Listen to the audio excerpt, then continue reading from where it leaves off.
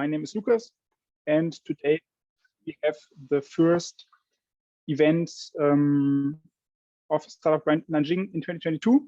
Normally, it should be an offline event, but due to the current COVID outbreak, we now had to be flexible, had to be agile, and now we're doing it online. So thank you so much for joining. First, I will tell you what is Startup Grind, what is our mission, what is our global footprint, what are we doing in China.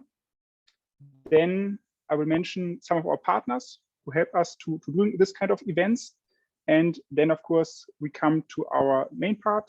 We have 3 experienced and great speakers, and we will learn from them how to build top teams, how to hire good people for a startup, but also how can you be a valuable new employee for such a high potential company. First, let's begin with Startup Grind as a whole. I hope you guys can see my screen. So what is Startup Grind? Startup Grind is a global network. It's the largest network of startup founders worldwide. In total, we have more than 3 million members. So it was started in the Silicon Valley, but then fastly scaled to all different kinds of countries.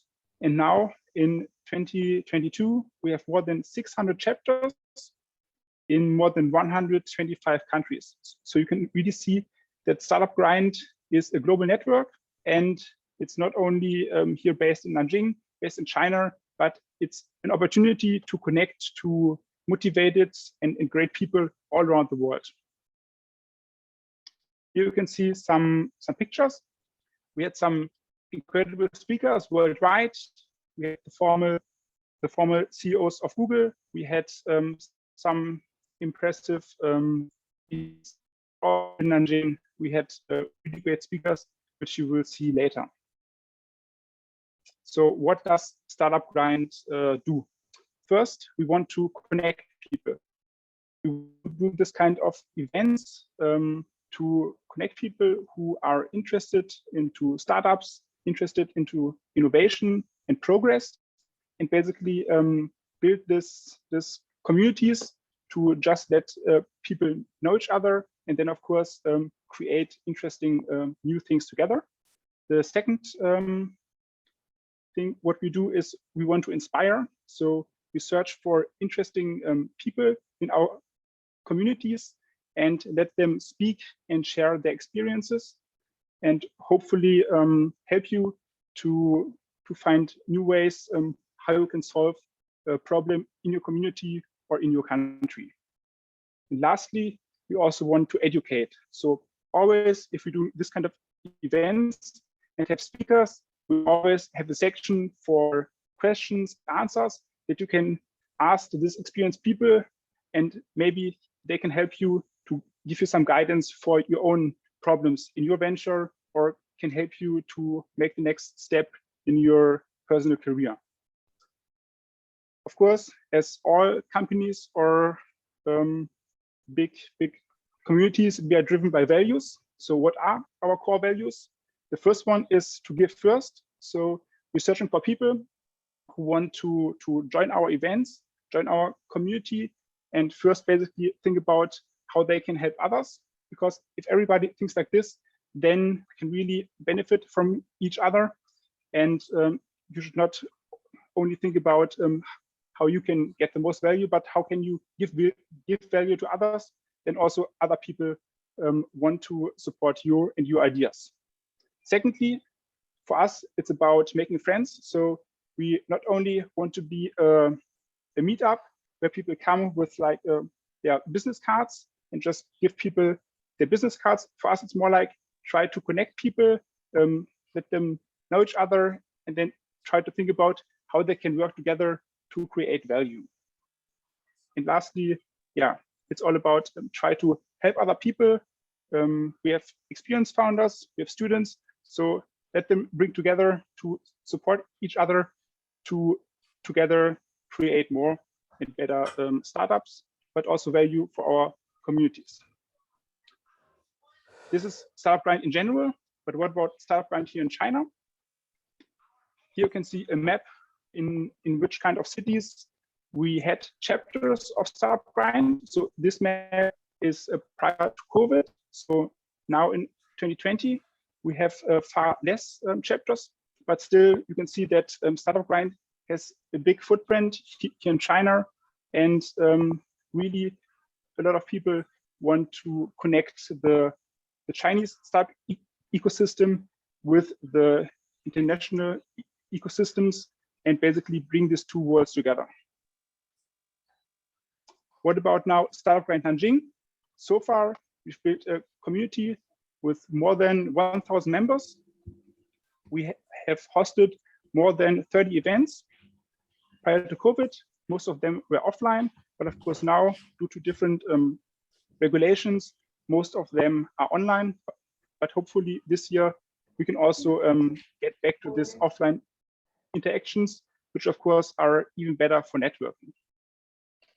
We had more than 750 attendees at these events, and we were founded in 2018, so we're still a young chapter of Startup Grind compared to other chapters.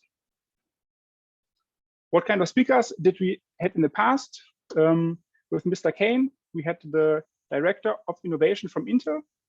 With Brian Tam, we had the founder of an innovation company from Shanghai, but we also had some events with investors. So we had Jackie Wang, which told us about how to be able to find good investments from the perspective of the VC.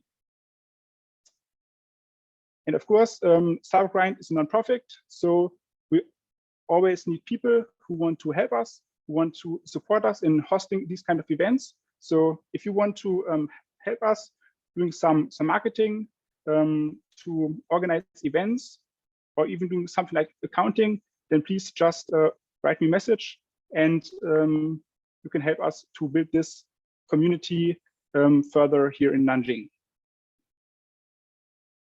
So this is basically the first part where I talk about Startup Grind, and now we come to our main sponsors and partners who helped us to do this event tonight. And first we have Black Cat and White Cat, and therefore please, Simon, tell us a little bit about your events and your club.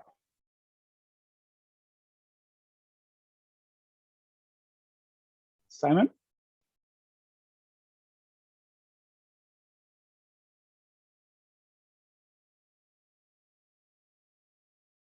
Simon, are you there? You're still muted. Okay. Yeah. No. Hey, how's it going? For a second there, I couldn't unmute myself. I said, oh, there's a restriction. Okay. Hi, everybody. Yeah, so we're the Nanjing Professionals Club. I and Tori Ning organized this club. We have Black Cat, White Cat events. It comes from the saying, it doesn't matter if it's black cat or white cat. If it's a cat that catches mice, it's a good cat. And we talk about practical behaviors. We have people from all different levels, but quite a lot of experienced business people who can give pointers on how to do things for startup companies. And then also I wanted to say we have Black Cat, White Cat, which is a speaker talks. And then we also have mixers at bars like Seco. And then we're going to start socials outside, picnics and stuff on the weekend. So welcome, feel free to add me and we'll go through it. I'm very happy to support Startup Grind. And next time there's less COVID, you can come to our offices and have the event here as planned. Okay, thanks again, everybody. See you. Thank you, Simon, because normally they helped us to get a venue today, but of course now we cannot use it. So yeah, please talk to Simon if you're interested in their offerings. The second sponsor is the Nanjing Science and Technology Bureau. So they basically right now try to convince high quality talents with a PhD to come to China to work in Nanjing. And therefore they have a lot of really interesting management position in different companies, from automotive to bioscience to medical companies. So if you have a friend or yourself, you're outside of China, have a PhD, and you want to work in China, then please scan this QR code and basically help us to get more international high talented people to come to Nanjing. And our last sponsor is actually my own vendor. So I'm also a startup founder. My company is called CMK, which stands for China Invest in Market Knowledge. And what we try to do is to use technology to let international companies, but also international investors to better understand the market. So we've built a large technology team here in Nanjing and basically try to get data and analyze data in a way that international companies are more successful in the Chinese market. So we're always searching for new partnerships with international companies who think that right now they don't get all the data and information they need. And we're also always looking for new interns in the field of software development, natural language processing, and market research. These are our partners. And now we're coming to the main part of this event. We have our speakers, and we want to talk about the topic how to build a top performing team in a tier 2 city like Nanjing. We have today, unfortunately, only 3 speakers. So Pang Yang was last week in Shanghai and is now back in Nanjing and therefore in quarantine and doesn't have a stable connection. So he will be not able to join us today, but this doesn't matter because we have 3 exceptional founders who has teams in different countries and are really successful. So please welcome them, and maybe they can also talk about themselves first and tell you what is their background, what have they achieved so far, and then we will go into the panel discussions. And after 30 minutes, it's time for your questions, and basically then you can ask them whatever you want. So first, welcome please Panash, and please Panash, tell us about your background and case study.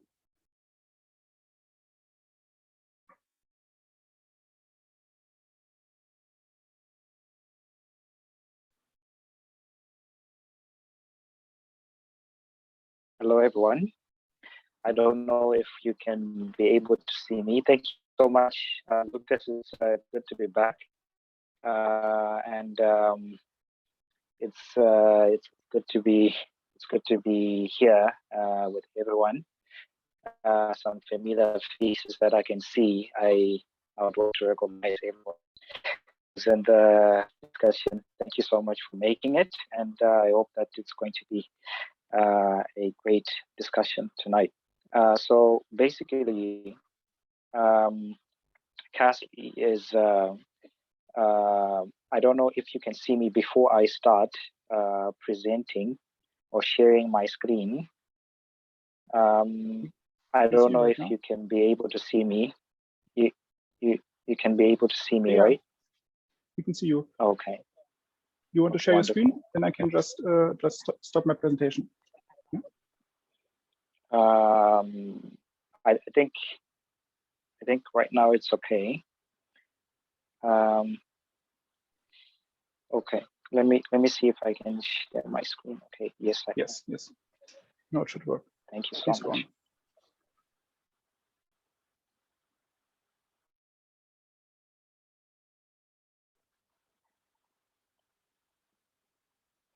Okay, so Casly is we're a marketplace that connects content creators and suppliers and runners, and basically we are using influential marketing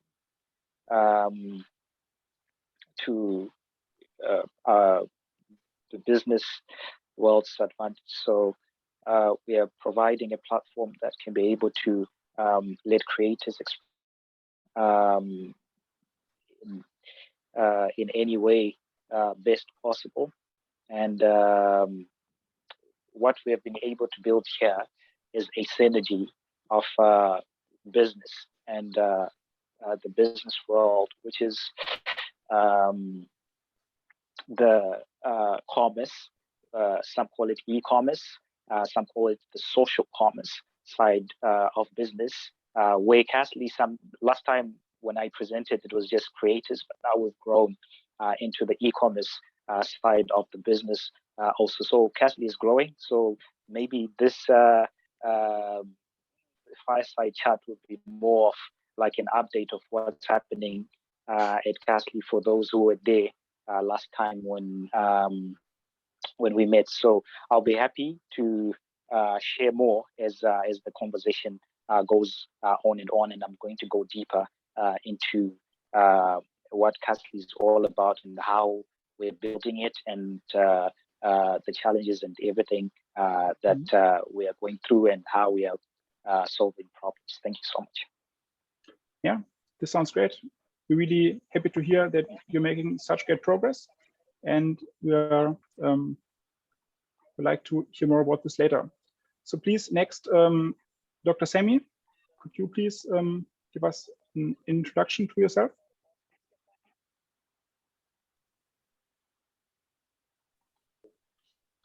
Hey, yeah, sure. First of all, my shout out to Lucas and Startup Grind for organizing this activity and changing it to online on a short notice, following the new rules, I would say, by the Nanjing government. And thank you so much for all the participants who are here. I would just take a minute to introduce myself. My name is Sami Iqbal, and I have lived in Nanjing for more than 6.5 years. I have studied here at Southeast University, and I am working as a research fellow at Southeast University since last year. Beside that, I'm a co-founder and CEO of Infinity Innovate that focus on smart tech for healthcare, tech transfer, and renewables. And we are still growing. This has been a rough journey of 1.5 years. We have been gone through some rough times, and today is one of the theme that we are talking about, to how to find team members, how to find co-workers that can understand, because starting a company or working in a startup environment, it is not that easy to move ahead. So I will be sharing my experience, a brief experience. Thank you so much. That's all. Sounds great. Yeah, I've visited your office before. You have a great office. You had a lot of team members, so we are really looking forward to learn from your experiences. And last but not least, we also have Carlos. Carlos, please go on and tell us about your background and what have you done so far? Yeah, hello, can you hear me? Yeah, thanks, Lucas. Thanks for putting everything together, and thanks for everyone that is online, because you could have been doing something else, but you're all online and you're all here for the event. So thank you all for showing up. And Lucas, can I share my screen with you? Yes. Yeah. Okay, just this one. Yes, we can see your screen. Okay. So just give me a second. Yeah, I'll only stick to this slide. So my name is Carlos, and my African name is Samekon. And I am a serial entrepreneur, investor, trainer, and new energy vehicle enthusiast. And I'm the CEO of Kalski International and the former CEO of Pandion Gambia, and also the founder of Anchor International Education. So what is Kalski International? Kalski International is an international trading platform where we do serve 5 fields: medical and dental, which I've been serving for the past 16 years. And we also have chemicals, and we do have construction tech, and we have food tech. And last but not the least, we have new energy vehicles, which is a new branch we've included in our company. So transfer of tech and trading of these new energy vehicles towards the Middle East and Africa. So that's just how much we have gone so far. And I've been in China for 9 years. So I'm glad to be amongst you and hope we can learn from each other tonight. So thank you. Thank you, Carlos. Yeah, we're really happy to have you because I know that you have built teams in Germany, you've built teams in China, you've built in African countries, so you can definitely learn from your diverse experiences. All right, guys, these are the 3 speakers. And today I would like to talk first with the topic of hiring. Because if you want to build a good team, you have to find also efficient and well-working ways to actually get these people for your team. So maybe first we can start with the question, for what kind of people do you search for? Even if you search for different kinds of positions, what are some qualities, some soft skills, some internal motivation related things you always are searching for if you want to have a new employee for your startup ventures? Carlos, maybe you can go first with this question.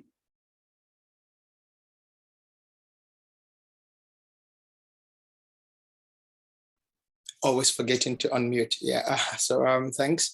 Yeah. So generally, I would say when I look for people, the soft skills I like the most are things like creativity. I like people who are creative. It means people who are problem solving. Yeah. And usually I have something I do. Usually if somebody comes to my office, I would have a problem. There's always something that is not well set up. There's always something that is wrongly spelled. And when there are a group of people, I also see who does that remark, like why is this wrong, not well spelled? Why is this like this? Why do you choose this logo? Why? So I like those talents who have questions, who have problem solving skills, and who also look for solutions. They don't only focus on the problems. Yeah. So I've had quite a few people, yeah, who walked in the office and told me, well, you could do this way and you could do this. And I tell them, well, that could be a responsibility and that could be your job. And they end up doing it very well. Yeah. So that's one thing I've noticed. Yeah. So thanks for the question. Great. Dr. Semi, for what kind of people are you looking if you try to hire different people for different positions? What are some common qualities? Well, being as a startup and being as a tech startup, first of all, we have to focus on the technical skills and soft skills. And I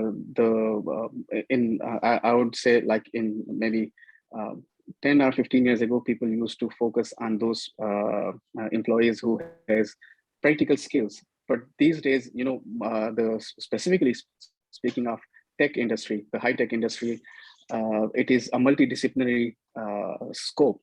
You have to have people who has the understanding of different aspects of technology, including the market as well and the demand from the market. And being as the high tech industry, the main focus of each startup is to bring convenience to the consumer and focus on the people, not on the market first, because these are the startup or innovation means we bring convenience to the consumer in the technology, in the current technology that already exists. So I would agree with my friend Carlos, as he mentioned, we need people who are curious and who has the idea how to solve the problems or how the current existing solutions can be made more cost-effective, efficient, and reliable. And of course, it could have access to consumer in more wide range. So looking for the talents is not only the practical, but as I mentioned, the tech industry is multidisciplinary. So they also should have the theoretical knowledge of other aspects of their expertise are the industry. Great, yeah, great answer. Panesh, would you like to add something to your opinion? Yeah, I think it's a very sensitive question, and I like how my counterparts, Carlos, um, has said. I think to just build on what my counterparts have shared. You know, hiring is quite. It involves some. I think people or personal skills, if I may say. You need to be able to know that you cannot manage people, but you can only lead people. And you know, we hire people because people are coming to fill in positions that you know we are not knowledgeable in. So that way, people are coming to you know, show us how to do stuff. Basically, that's how I look at it. And you know, when I'm hiring people, I'm looking at people who are better at doing things that I am not doing. So, for example, if someone is very good in marketing and of course I've got basic marketing knowledge, but you know, when someone comes in and says, you know, oh, I do marketing, and you know, this is what I know, this is what I know, I take it as a chance to learn from them. So basically, in the workplace, it's more like learning about each other, and you know, how can we grow together, and you know, how can they be much better in what they do, and you know, how can I add value to their career and whatever they're doing. So yeah, basically that's how I see it whenever it comes to sounds really good. Of course, it's always great if you can find people who can bring in so much value and some skills which you don't have inside of your team right now. The next part, which I want to talk about, is how you guys structuring the hiring process. So we've all worked in startups, so we don't have a huge HR department. So I guess all of you also are involved into the hiring process. You guys just have one interview, you have multiple interviews, you just basically want to know their personalities, or do you also ask hard technical questions to see if they also have the additional hard skills? Maybe Carlos, you can start again. You started with this topic already, but maybe tell us more about how do you ensure that if you hire somebody, he's really a good fit for your team, and how's the process? Okay, so thanks again, Lucas. Well, the hiring process, well, I have worked for a lot of international organizations, if I didn't mention that, like big ones as well. And I have managed HR too. But I wish today on the panel was my own HR from my own company, because they would have done a better job. I'll give you a little bit of information how I go about hiring. I would say for startups, it's always easy. For startups, it is an unofficial way. Let me put it in this sense, because when you start pitching to your friends, colleagues, and neighbors, and strangers at events, then you end up finding somebody that has got a skill that you want. It could be technical. So I did notice one thing. Many people have studied a lot. They have the educational backing, they have the technical skills, but they don't have the soft skills to accompany them. An example, I was talking to a friend, which I can make mention of in this conversation. He's working for Bosch, he's an engineer. So on his panel, he had about 40 Chinese to hire, and he was trying to recruit an engineer. And in a simple interview question, he asked them to draw a bicycle. And out of the 40, only one could successfully draw a bicycle, but they've all studied engineering. They know what is mechanical engineering. They know what it means to balance forces. But only one could rightfully place the tires, the seat, the steering, the pedals. So this is where I still come to the soft skills that I needed, because most people have a lot of technical skills, but they cannot transfer it into the physical world. And it's a problem. Because if you have all these skills, and you cannot transfer them onto a job. If you studied engineering and you find yourself having a good opportunity in construction, you could still transfer the skills you've learned from mechanical engineering into that construction field. You could create yourself a new job. You could be a mechanical engineer in that construction site or at that construction site. So I would still say, when I hire people, there is first the unofficial way. You can see people who have the skills by talking to people, by learning from their different experiences. And secondly, you can see people who can bring in the ideas and tell, well, I think your idea is great. I could do this. So I hire people who bring jobs towards themselves, not necessarily you have a job description, because that is the official way to write down a job description, post the job, and have those people contact you, preliminaries. Then everything carries on, and you filter, you get feedback, you follow up, and then you pick a few, you do an integration, and then you select a few and you put them in a team.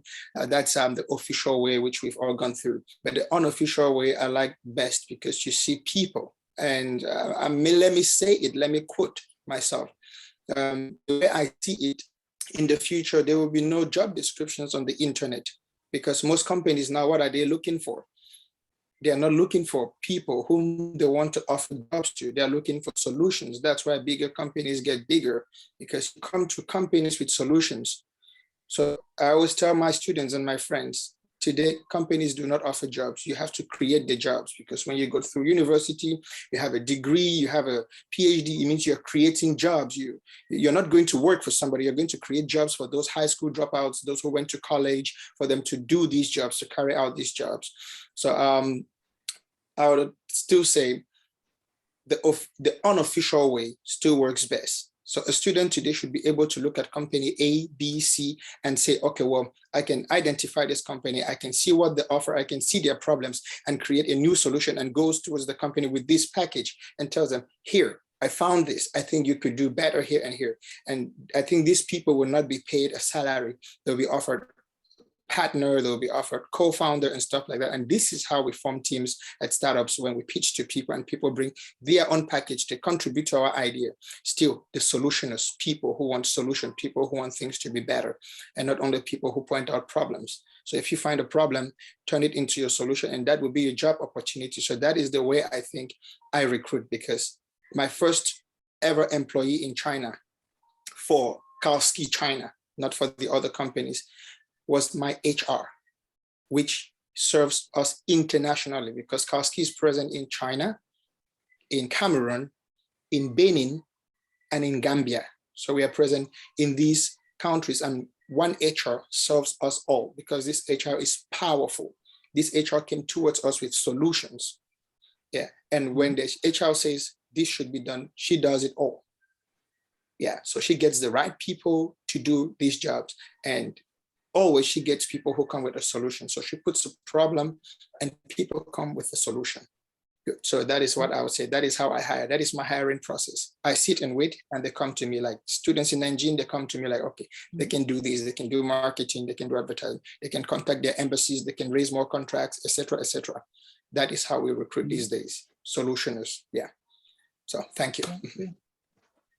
That's a great mindset, and I really like that you focus on this kind of problems and want to find solutions, because we all live in a time of change. So I think you have to become flexible and really think about problems and not just search for certain job titles. So thank you for sharing. Dr. Sami, what is your process of hiring? Right. Well, for us, since we are not that old, like my friend Carlos mentioned, we are a startup, and just 1.5 years we are in this industry. My way of looking for partners or employees is the unofficial way. Like we ask some of our friends to refer someone with certain set skill. The other way is we communicate with the universities. We have collaboration with universities in Nanjing, and being as a teacher in Southeast University myself, I have some research collaboration. So that brings me the benefit. So I can hire students directly from other professors with whom I have the collaboration. And I would make it very straightforward from my personal experience in this brief time. Once we were looking for someone who can design the UAV drone for the medical care. And we share some brochures in different universities, and of course in Nanjing via WeChat. In Nanjing via WeChat, we share in different universities, and we set a small amount of prize money for the students who come up with this solution. And there are many students who approach us and they sign up for this competition. And some of them are PhDs, and some of them are masters and even undergraduate. I'm talking about the local talent. I mean the Chinese. And as Carlos mentioned, there are many highly educated people, but and as I mentioned earlier, the high-tech industry, it is a multidisciplinary realm. So those who want to work in this, they should have like the theoretical knowledge of all the aspects about the technology what they are working in, or the industry what they are working in. So long story short, we have to choose an undergraduate student from industrial design. It's a female student. She's still working with us, and she come up with the idea to make even she surpasses the PhD and master student as well.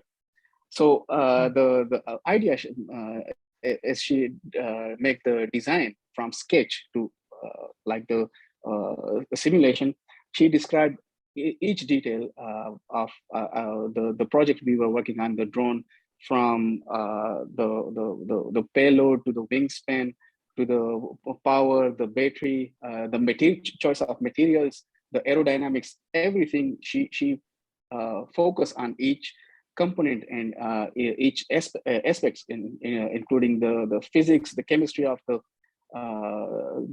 project of the drone. So this is how, and of course we are in early stage, so we don't have any HR, and we are at this point we are team of we are a team of 9 people, and luckily my co-founder is a Chinese female, so she has worked as HR before, and beside this Infinity Innovate venture, she is an experienced entrepreneur. She has her own company. So I get very useful input from her, how to choose the talents. And sometimes we have to go through with the freelancers as well for our solution, because when the project is in design phase, we need, and for some of the projects, of course, we cannot compete with other big companies to hire those people and offer them huge salaries like the other giants are offering. So we go with the freelancers in the tech industry, and there are many in design sector. So these are the 2 ways.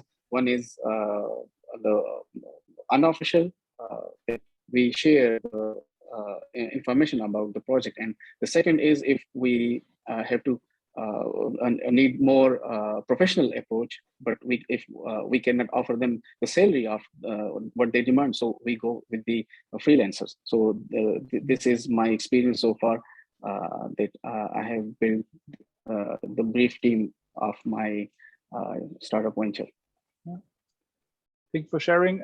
Now we're 2 founders who don't use this big job websites, but they basically find own innovative ways, use the network to actually find people who are useful for the venture.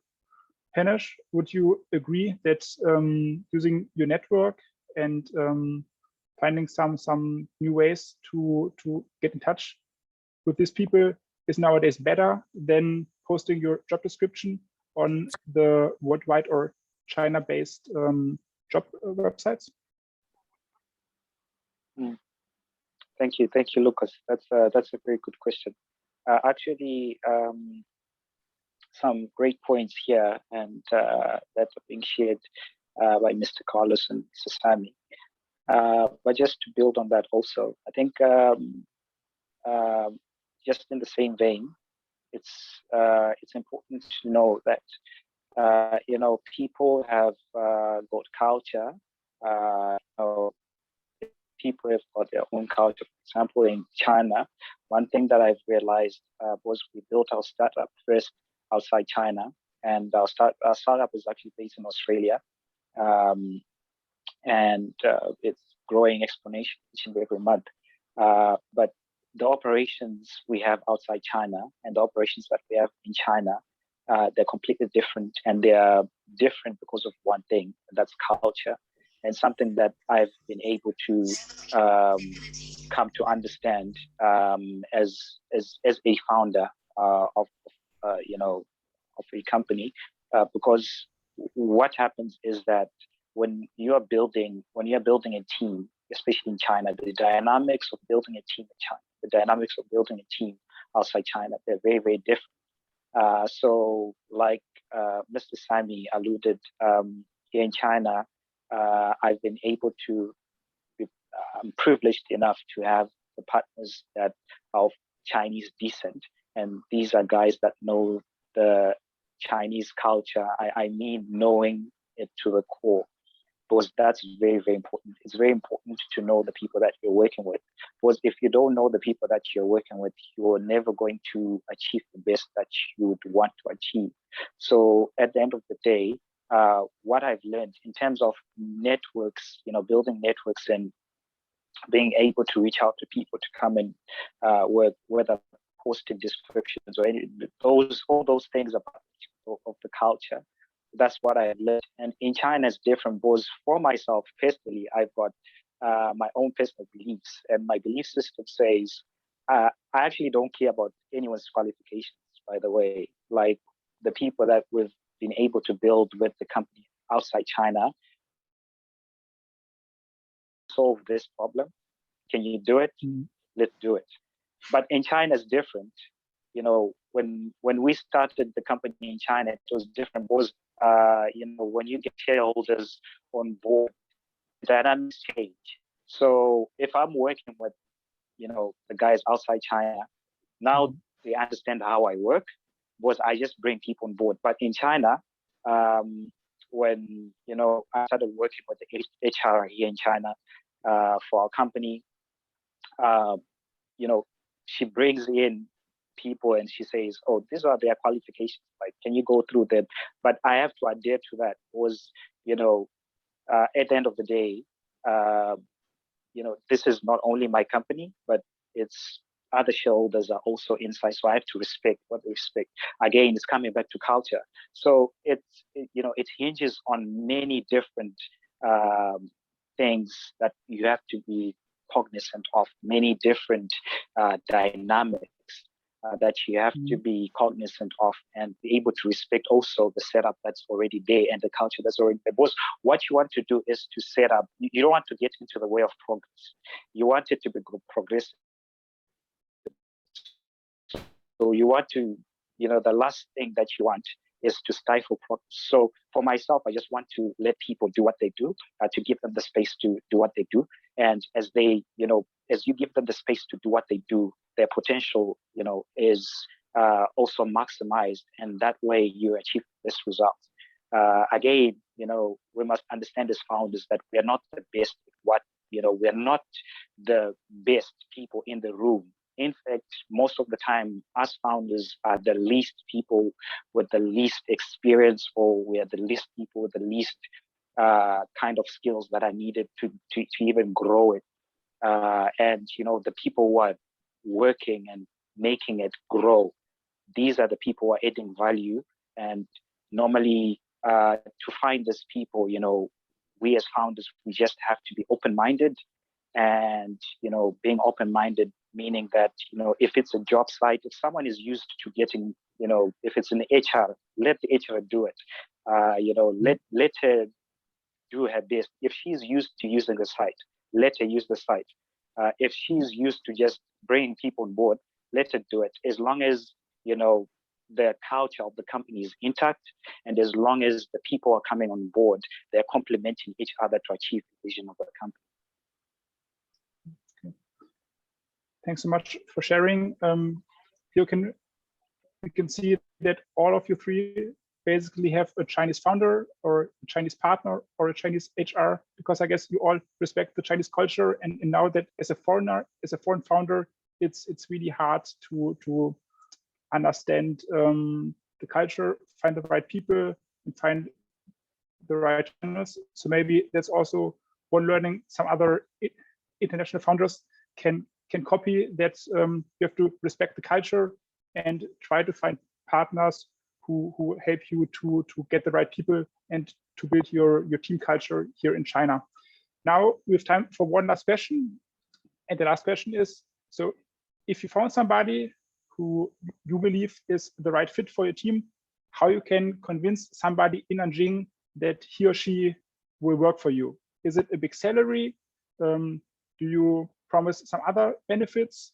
Do you think that the vision you give them is most important? So how can you actually convince people to join your team, and how to ensure that they also stay at your team for maybe more than 1 or 2 years?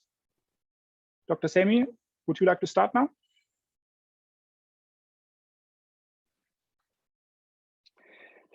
Right.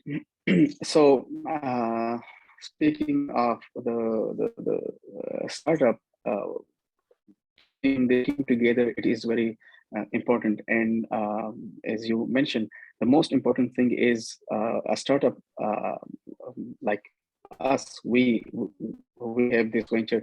We don't offer the big salaries to convince people to work with us. And these days, I would say in this modern age, it is not only the salary that can keep good people who has the potential in your team or in your company. So you have to create the company culture and the great working environment for them. This is very important thing. And there are many things that you can do to convince people to work with you. In my case, as I mentioned, one of the students that we hire from the industrial design. So she about 3 weeks ago, she spoke to me, and she finished her graduation in last year. I guess it was November, and she was looking for a job, like to be hired full time. She worked with me as a trainee, and I convinced her to work with me. Of course, I could not offer the salary that other companies are offering her. So what I did is to offer her a partnership in the project that she was working on. And of course, the project, we own the patent. The patent belonged to us. If she leave the company, so I would be, I could say I would be at risk, or I would be worried if she shared the idea that she is working on. So that is also very important. And since we submitted we already filed the patent, but the patent has not been granted. In tech industry, of course, it takes maybe a year or more than that. So there are many things that the company or a startup can offer. In my case, this was the case study of myself. I offer her, I would say, normal salary. And the second thing is, in that time we were like some of our project we are working on bootstrapping. We don't have any funding. We have only 3 projects at this stage that we are working on with other collaborators and other companies. So it is very important to convince them to work with you, because for a startup, taking a risk on some technology that you are developing, and it goes into someone else code, no one can afford it. So what I did is I offer a partnership to her in the project. And What do you of mean course, by partnership? What do you in mean the project partnership? equity. Equity. in the project, not in the company, of course, in the project. Yes, and the second thing is the working style. We don't have any like strict routine for our teammates to. They have to come to office 9 to 5, work in the office, and it is not like that. You have a task, you need to finish it, and it depends on you. You can finish it in home, in a cafe, or you want to come to office. My job is to offer you resources, what you need from me. This is my brief experience that I have faced. How to keep a very talented employee in my company. Thank you. Great. Thank you so much for sharing your experiences. Carlos, can you also share your opinion? Yeah, thanks a lot, Sami. I do agree with you on everything you said.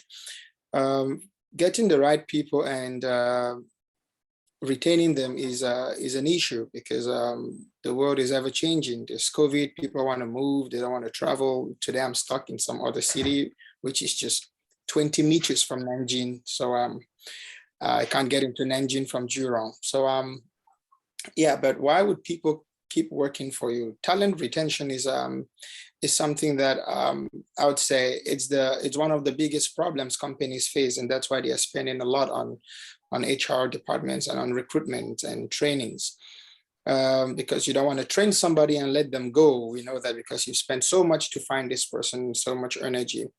And I do have one thing that I offer to I'd call them my fellow colleagues, because once they work with you, they become your colleagues. So one thing is you offer them space to grow. You offer them mentorship. When they know they have a mentor and that they can learn more in that field, be it a mentor in the department where they work, or be it a mentor as yourself if they want to become a leader, because most people want to learn and then go found their own companies, or learn and go start their own stuff, which is always the case in China. I'd say 80% of Chinese employees want to come to you, learn, then go start their own thing, especially when it comes to lower sectors, apart from high-tech sectors, because I'm also in the educational sector. So people always come to you to learn, then go open their own business or start their own business. So you offer them that mentorship, and you offer them paid programs. Let's say if they are with you and they update themselves or upgrade themselves through different certifications or trainings, if they make it through and get the certification, and I help with a percentage of the expenditures. And so it helps them know that once they're there, they can grow. So this is one aspect. And the other aspect is leadership. Yeah. When you empower people, they feel valued, they feel wanted around. Yeah. And when you give them the full authority of the departments they manage, then they want to be around that surrounding and evolve in that surrounding. Yeah. So I would say, and I agree with Sam, flexibility. If your employee wakes up and tells you, can I work from home? Maybe my babies or stuff like this, or the school call, should be flexible, because the normal 3 days leave per year, stuff like that, I think it's a bit rigid. So not being rigid with employees sometimes will offer them that environment to stay. And China is a good example. Yeah. I've been in the teaching field, and I know what it means to be with a good school, with a good boss that doesn't press you, does not pressure you. And when you don't have that pressure, that's one less stress. So I would say stress management.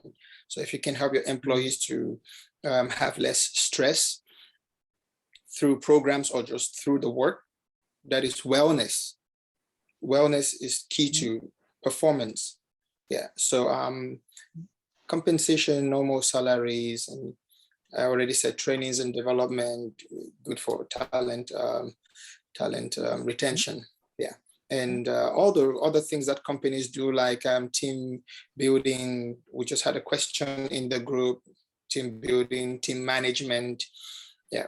And the good thing, if you want to retain a talent, you should put them somewhere where they feel comfortable. I said it before, you could have all the technical skills, but you might be a plant, not a finisher, not a team builder, not a team worker. So if you recruit well and you put somebody where they feel comfortable, you cannot take a complementer and nominate him a plant, like a project leader, and then they will feel uncomfortable in that department, even if it's their field, even if they've learned aeronautics or whatever. But they're simply a complementer, they're simply a finisher. They have a good eye to look at technical details and tell something is wrong here, something, but they cannot initiate it. So I would say recruit, induct, and place them in the right departments or right positions. It's very important to understand the type of person they are. Yeah, because if you don't, they're going to be leaving you to look for a company that will give them less stress because of the work and where they are positioned. So I think we could talk all night, but I'll give space for my friends to express themselves. And there's a lot when it comes to talent retention. Thank you, Carlos. Case study in my company, I just offered my my HR shares in my company because we had some trouble 2 years ago, 2020, with COVID, even if we did paid. But at one point when I offered her salary, she said, no, keep it, I know we have problems. So that I consider that an investment, and you give them a share of the company. Yeah. So I would say not being greedy is one thing. Know when to be a goal-oriented leader and know when to be a people-oriented leader, because it will help you retain your employees. So thanks a lot. Yeah. Thank you, Carlos. You're definitely right. We are startup founders. We all have the option to share our equity, because in the beginning, we want to have the best people, but we just cannot pay the salaries which people can get in the industry. So you have to give them a vision, flexibility, or even some equity to bind them to your company. Okay, and last but not least, Panesh, could you also please give us your insights? Yes, of course. I think what Mr. Carlos is quite important, especially when it comes to retaining employees based on, knowing when to be goal-oriented or people-oriented. That's really good. I think from that we can extract a lot from that statement. We can extract a lot from that statement, because I can talk from my experience, like the employees that we started with. It's now been over 2 years, and these guys have been there since we started. Like the guys that have been there since we started are still there. All of them are still there, and there comes in an element of passion. It all goes also to recruiting, because as founders, when we are recruiting people, it's very important to be able to have this kind of instinct of being long-sighted. Like, this person that is coming on board, where do they fit in? How are they going to be working with me? How are they going to be working with him or her? What are their styles, of leadership? Because everyone has the leadership style, by the way. Everyone is a leader. That's what I've been able to discover in their own right, in their own way. So someone can be in the back seat, but also leading in the back seat. So it's very important to be sensitive to those kind of things, especially when it comes to leadership, because everyone wants to be heard. Everyone wants to be recognized. And people having this feeling that whatever I have contributed has been received. Just being heard, just being listened to sometimes. And this is important for employees. So those kind of dynamics are important when it comes to retention. You'll find that, when you get it right, you'll be in a position where if someone messes up, they'll come and they'll say, I'm sorry, I messed up. You don't even need to say, oh, you know what, I don't want to work with you anymore or anything like that. And in most companies, that's the case. But from my experience, the culture that we've been able to create at Kasky, you know, it's that kind of culture when someone, for example, makes a mistake, they own up. You know, it's open for like people, no matter how much pride you have, like you come back and you say, guys, I'm sorry I messed up. So this is how we grow, and this is how we retain. Because retention, also, by the way, retention is based on relationships. It's actually based on relationships, like the relationships that you have in the company, like the relationship that I have with CMO, the relationship I have with the CRO, you know, the relationship that I have with the COO, with the relationship that I even have with the shareholders, all those, you know, things that we do, the little things, you know, when I say good morning, you know, when I say hi, when I say, oh, you know what, I'm going to grab a cup of coffee, just, you know, those kind of little things, they create, you know, they create relationships in the workspace. Was in the workplace, like, you know, you are not talking more about personal stuff most of the time. Like people don't have that time. So, you know, those kind of little things, you know, they make people open up and they make people feel comfortable around you. So it's more about people rather than, you know, the buildings or anything like that. Like if people feel like loved and people feel like they belong, then definitely the retention is going to be high. Yeah. Right, culture is one of the most important things. All right, guys, this is now the panel discussions, and now we come into questions. And we have so far 2 questions in the chat, which I will now give to the speakers. But please try to answer quick and fast, that we can have as many questions as possible. So the first question is, I'm not sure what they mean. Can karma management be used to build teams? Does anybody know what is karma management?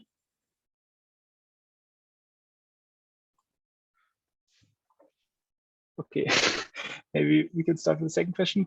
So how to, sorry? I think the first question we had here was, can karma management be used to build teams? Well, we all know the definition of karma. What goes around comes around. So, well, I'll have the other members answer to that. But of course, we have partners that are still in business together, but never agree with each other. I think that is what I understand by karmic partner below. Because my definition of karmic partner is obviously those that do not agree. But how can you find a karmic partner? That is not something that I know how to answer to. Yeah. So it is always good to find somebody that disagrees with you so you can have more opinions. If I have understood the question clearly.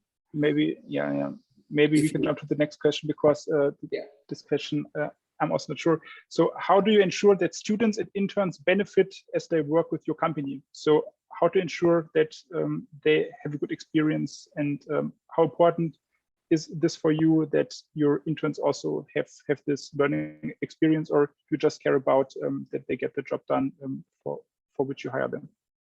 Please give me a short answer. Oh, well, I think I will give a brief answer to this one. Of course, when you hire students or interns come to you, they are in hope to learn something from you. And as Carlos mentioned, you must need to be a good leader and give them vision. When you have student or trainees with you, you give them student because they are in stage of learning what you have been through. So it is not only about your company. It is the vision that they can trust you, and it goes back to your second question, that they are willing to work with you. So they know that and believe in the vision that you give to them. And as I mentioned, of course, there are some certain situations in which they look up to you. You give them suggestion and advice, not just work, but you give them suggestion and advice for for their life. As Carlos mentioned, I would quote him again, that you become their mentor. So they look up to you and they learn from you. And coming to the benefits, of course, when they are working for your company to grow it, I would give example of myself. Like I offer the equity in the project to one of my students. So this is how you give them benefits. Yeah, I think. Sounds good. Sounds good. Thanks for sharing. Does somebody else want to contribute to this question?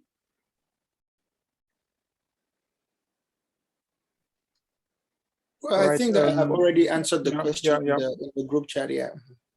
So I think also because students always come with you with a goal. Okay, I need an internship, 120 hours. Okay, can you offer me that? Yeah, of course. But what are you going to be doing? So most of the times they come with solutions, and if it suits your company, you take it, and they can always ask, what do I get in return? So there are a lot of things they can get in return. They can get professional information. They can get personal development information. They can get work experience, and which they require after they graduate, etc. So I think it just depends on what they offer and what the internship is needed for. Yeah. Yeah. Thanks. Yeah. I think we talked about most of these points already. So now we don't have more questions in the chat. So now you can unmute yourself. Please also, if possible, put on your video and ask questions. Now it's your chance. Okay, Lucas, can you hear? Yes, we can hear you. Please go on. Okay, first of all, thank you very much for having this wonderful discussion here. And I've already met with some of the friends here. Sami is here, Kalski is here, you are here. And it's really very helping discussion here. So I have a question, two questions, which I will summarize into one. Because of the new startups here in China, in Nanjing, and because we face a lot of challenges, because being a foreigner, having a startup in China, there are a lot of issues, especially in the present challenging situations, post-COVID, and now presently the Russian and Ukraine conflict. It is going to affect directly or indirectly the work situation in China, obviously.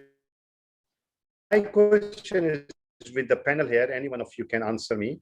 It has two parts. One is that there are a lot of people come to us to ask for a job, like they are the fresh graduates or maybe not having enough experience. And when we go to the experienced people to work for us, and they have, of course, they have certain demands, they have a past experience, so it's not easy to get them on our platform. So as a entrepreneur, foreign entrepreneurs in China, what should be the prerequisite we should know, we should have to find the most suitable person, not just to fill up the seats, that okay, he's a fresh graduate, he will learn from us and he will maybe deliver, and we need some experienced people to grow our business. And the second thing is that because we come from different culture, from different countries, we face a lot of cultural difference, especially in China mainland, and it can affect positively and negatively to our as an independent business startups here. So such as we have a social difference, then we have the labor laws are different from other countries, then we have the language and the government policies. So because I have experience working with some Chinese enterprises, then I have worked for some tech company, and then I worked for my own company in the food business. And so I have faced, I have come across all these situations. So being a foreigner how have to deal with them? Yes, we are high-tech company, we are a product company, we are making a lot of things. That's okay. Ideally, we are talking good, but practically when we can go on ground, we have to face a lot of challenges and problems. So if you are in the panel, if some of you have faced or come across such difficult situation or challenges, how did you find a solution for that? Because in China, no matter what you do, When it comes for the legal or labor laws or government policies, they say this is what it is. You have to follow it. So you don't have a room to negotiate with them or bargain with them. So how to come out with such situation? And especially when you're dealing with employees, I have go to the labor court. I have seen the insurance problem. So I know how difficult it can be when the problem comes up. So if any one of you can give me some suggestion or answer to the participants, it will be very great. Thank you very much. Very long and interesting question. So you want to go first? Yeah, I think let me jump in for this one. I think just to be precise and short, from my experience, exactly what he described is more or less what I've experienced in China since coming into China. And when it comes to recruiting people for your company, especially a Chinese firm, I think the fastest way I would advise is to find a local co-founder. And both, if you have a local co-founder, and not any co-founder now, you know, when it comes to partnerships, you know, finding the right partner is very important. It takes time to find the right partner. For example, when I came to China in 2019. Since then, I've been looking for potential partners, and I found the right partner in late 2021. That's when I found the right partner for China.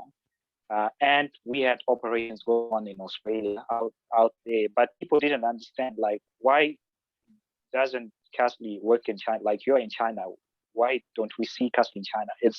That was the main reason why, because you know, when you're working in business, like, you need to know the rules of the game. You need to know the laws that govern the land, and you need to know all those stuff. But you cannot absorb all that stuff as a foreigner in 1 year or 2 years. You need someone who knows this game very, very well, who can be, you know, who can be also a potential partner at the same time. So the fastest way, you know, for you to not like worry about most of the stuff is to find one person, and this person has to be a local Chinese who knows the business laws, who knows the labor laws, who knows, you know, how things work in China, so that they can also teach you, so that they can also show you, but also at the same time, you can be able to just let them, you know, express themselves. You let them lead. You let them, you know, have their way as they maneuver through the whole process. Don't try to control them. Just let them to be who they are, but also just making sure that the vision is laid clear. You're moving towards the vision, but you know, it's just the way of getting there is different. But the vision, you've got the vision. You're guiding the vision, but the way you're getting there, you're letting your co-founder then lead you here in China to get to where you need to get to.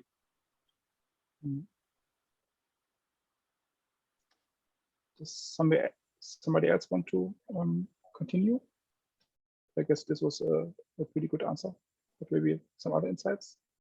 I was saying that most startup, and they cannot directly pay high salaries. They cannot manage insurance. They cannot manage visas for some of their co-founders, employees, etc. So I would say it's usually a problem of the company. Yeah, it's usually a problem of the startup, because like I said, for recruitment here, most of the things are done unofficially, so which means along the line we end up meeting some problems. Even the big companies that hire, sometimes they hire unofficially because they don't pay some of us the social securities that they have to pay. They don't process the right legal and the right visas. They don't sign the right contracts as per the labor law, if you have read it. So you would meet many people here with 1 year contracts, but as a foreigner, the labor law stipulates something else, 3 years and above.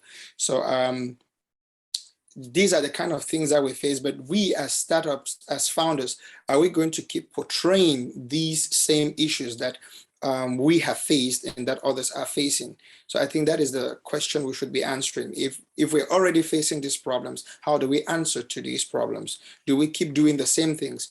Do we try to save money? Do we try to avoid taxes by paying less, by signing these contracts? So I would say that's the question we all need to hire, because we know the problem on the field. So do we make it official? I would say yes. You don't need a team of 20. If you can afford a team of 4 and make them cost effective and make them efficient at doing what you're doing and outsource the rest, then it will work for you. Yeah, I would say it will work for you. Yeah, so most of my departments are outsourced, and the number of people we need on hand, we need them physically, we need them for tangible reasons, but the rest we outsource. So I hope it answers your question, Mr. Awan. Yeah. Yeah. That's very experience. everything. I think that's good. Thank you. I understand. Yeah, great guys. We have one more question from the chat. So Musa asks, what is the greatest weakness dealing with your staff or co-workers?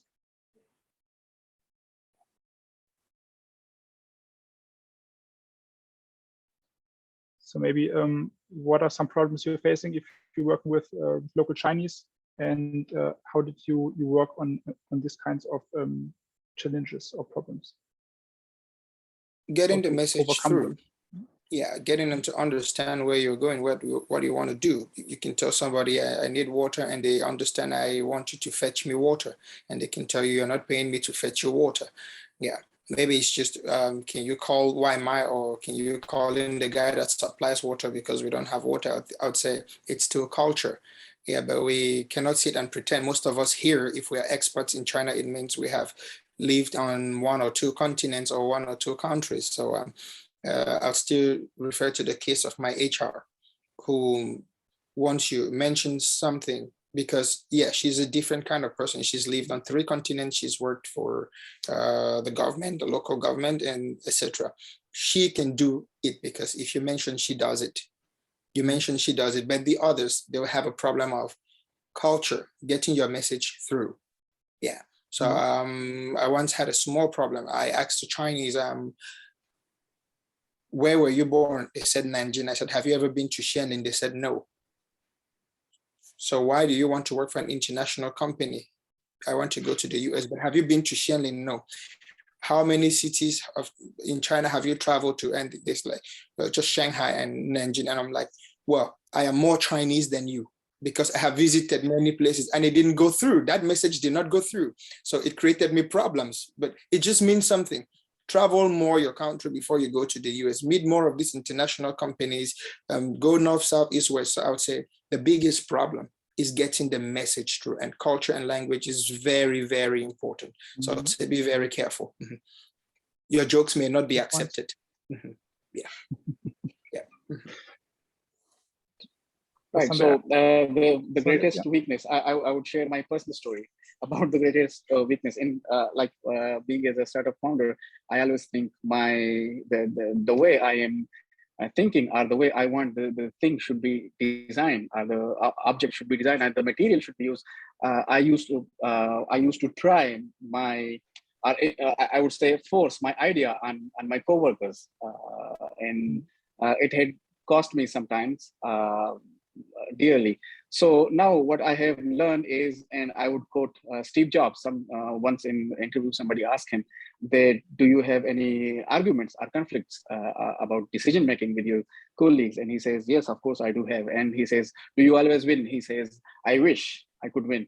So now I have learned that when you hire smart people, and you don't need to underestimate, even though if I think I'm the founder, I'm the PhD, but sometimes the young, much younger undergraduate or master, my team workers, they give me some suggestion that I cannot deny. I have to accept it. So in start, I have this was my weakness, that I used to force my ideas or what I think is better. But gradually, I know the culture, and I know this is very important, that I have to listen to them. So of course, I do have arguments and discussion. We do have, and they don't disagree. They don't agree with me sometime, and of course I have to accept, because everything I'm not an expert in, and that I have learned through time. So this was my weakness, my greatest weakness. That's a great learning. Thank you. Thank you for sharing. All right, guys, now we have one last question from Camilla. Camilla, could you please unmute yourself?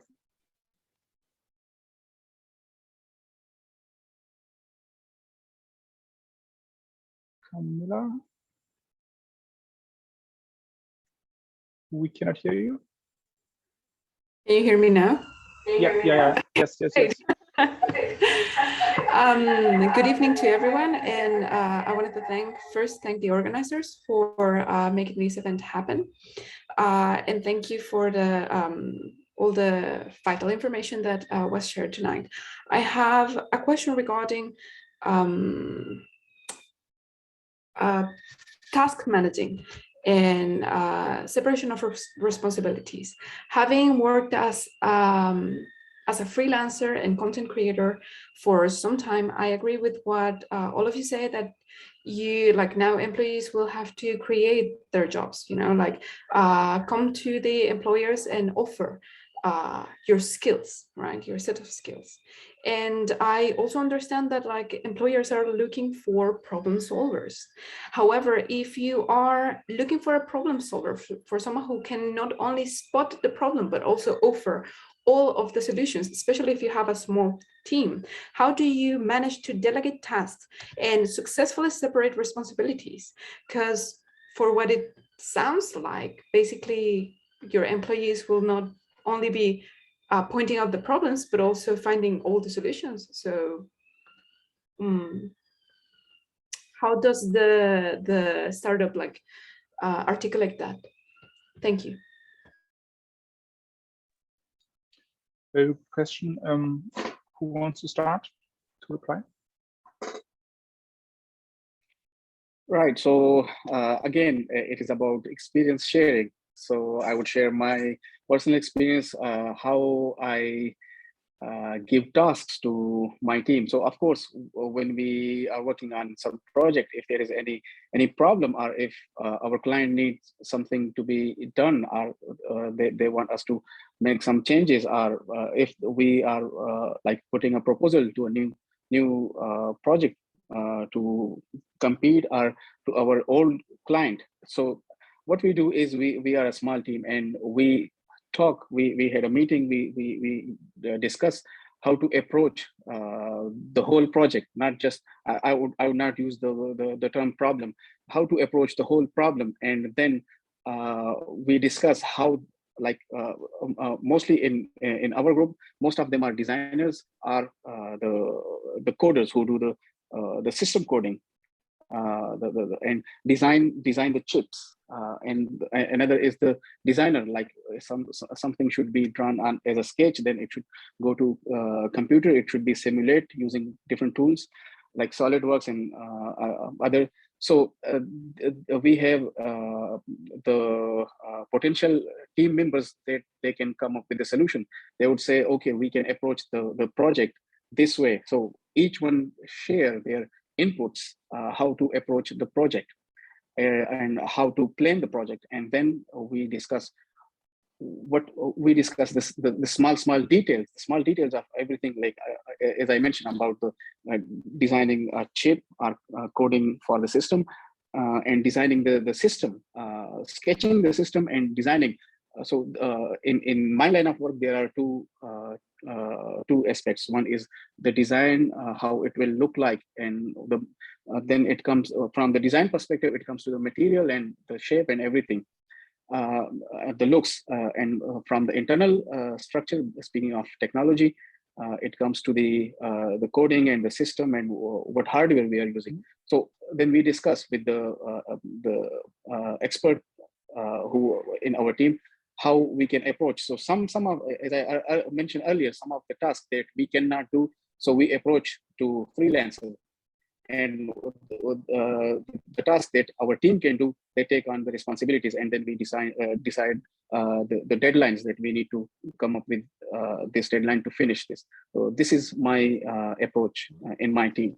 how we distribute the jobs or the duties. Thank you Yeah, for sharing. that's So you don't have this this top-down approach that you basically, as the CEO, just give everybody tasks, but you try to do it in a way that you have a discussion, that you try to include your team members, and then as a team decide what's the best way to forward on this project. Yeah. It's a really nice approach. Yeah. Does somebody I would else say, want to share as well?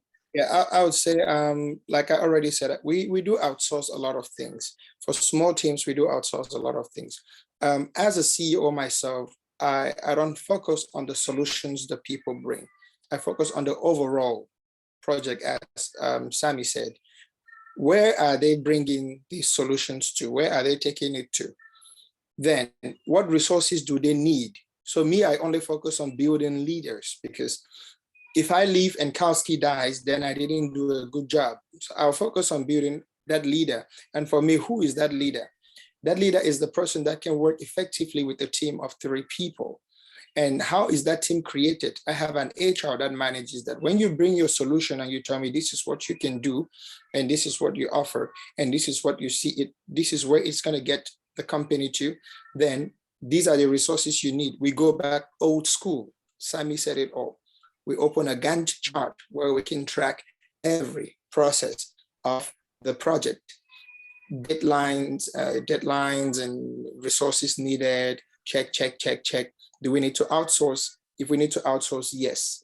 And if we outsource, can you manage an online or distant team of 3, minimum, etc.? So you make leaders because they already have that vision. They want to bring that solution somewhere, and they know what they need already. And so I would say make leaders, make team leaders. They form a team of 3, be it outsourced, or if we need to recruit new people, then that is where we go. Because me as a CEO, our brother rightfully said it, Panache rightfully said it, we don't know everything. We just see it as a good idea. We just see it as it brings good numbers. We just, okay, it takes us this far. Okay, what do you need? Okay, talk to the HR, etc. So I would say tasking out to go back to the HR. The HR will recruit, will make sure that the person is in the right team with the right people. So you can have some job satisfaction. We did not even talk about job satisfaction when we talked about talent retention. You need to have a quality of life. It's not about payment. You don't want to be working somewhere you're not happy, and you don't want to be spending much time at work when you could spend it with your family. So offer these things, bring your project to life with the right people. If they bring these solutions, it means if you want to adopt these solutions, then you have accepted these solutions and these people. So help them build the team, because you are the leader. Help them build that team and see your project strive and thrive. Yeah. So that's what I would say. Right, yeah. Panache, would you like to add something as well? You're now close to the end. Yeah, I think I think when as Mr. Dr. Sami and Mr. Carlos was speaking, some ideas just came in terms of from what they said, and which is quite true, which I agree with, and I think from what they say, the most important thing to pick out also is delegation. So to answer Camilla's question, when it comes to delegation, it's an art. It's a very big part of leadership. Delegation is very important, and it's something that you work on as you hone your leadership skills. So, for example, if you are working on a project, you can't do everything yourself. You can do everything yourself. So it's up to us, the founders, even the employees also. Like, I like what Mr. Carlos said in terms of building leaders, because what you want at the end of the day is to be able to be unnecessary in the whole equation. So if I'm not there in the to do something, not because you're there or not because you told them to do something, but they are offering the solution. They don't even need to be told, but they're passionate about what they do, such that if a problem arises, they're just going to fix the problem. Those are effects. Those are some of the results and effects of effective delegation. Thank you so much for sharing. All right, guys, this was our event. Now we will stop here. So thank you so much for joining today, and hopefully we can also see you in the next event. We probably will have the next Startup Grind event next month.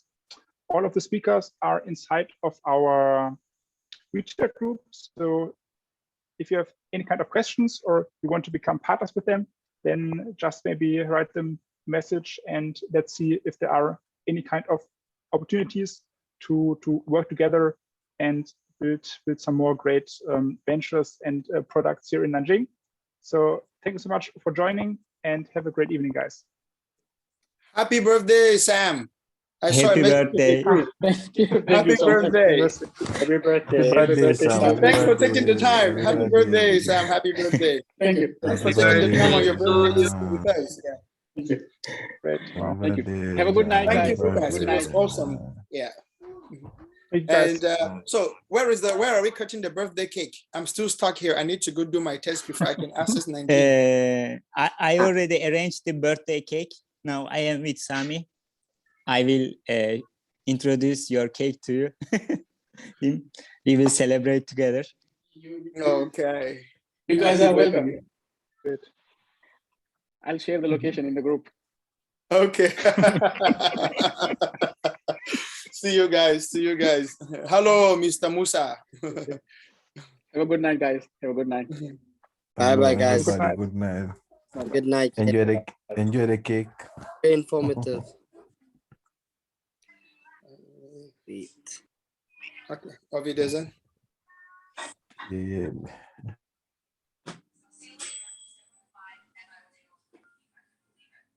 How do I exit? Okay. Thank you, Lucas. Thank you, Carlos. Thank you for joining, Daniel.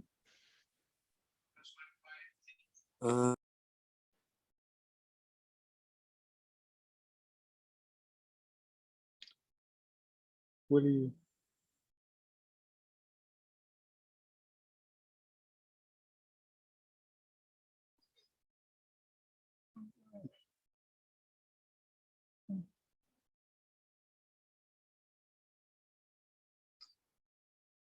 Oh, wait, really? I will now shut down the room. Thank you so much for helping. You're welcome. It was a pleasure. Have a good night, everyone. And Catch up with you on the background.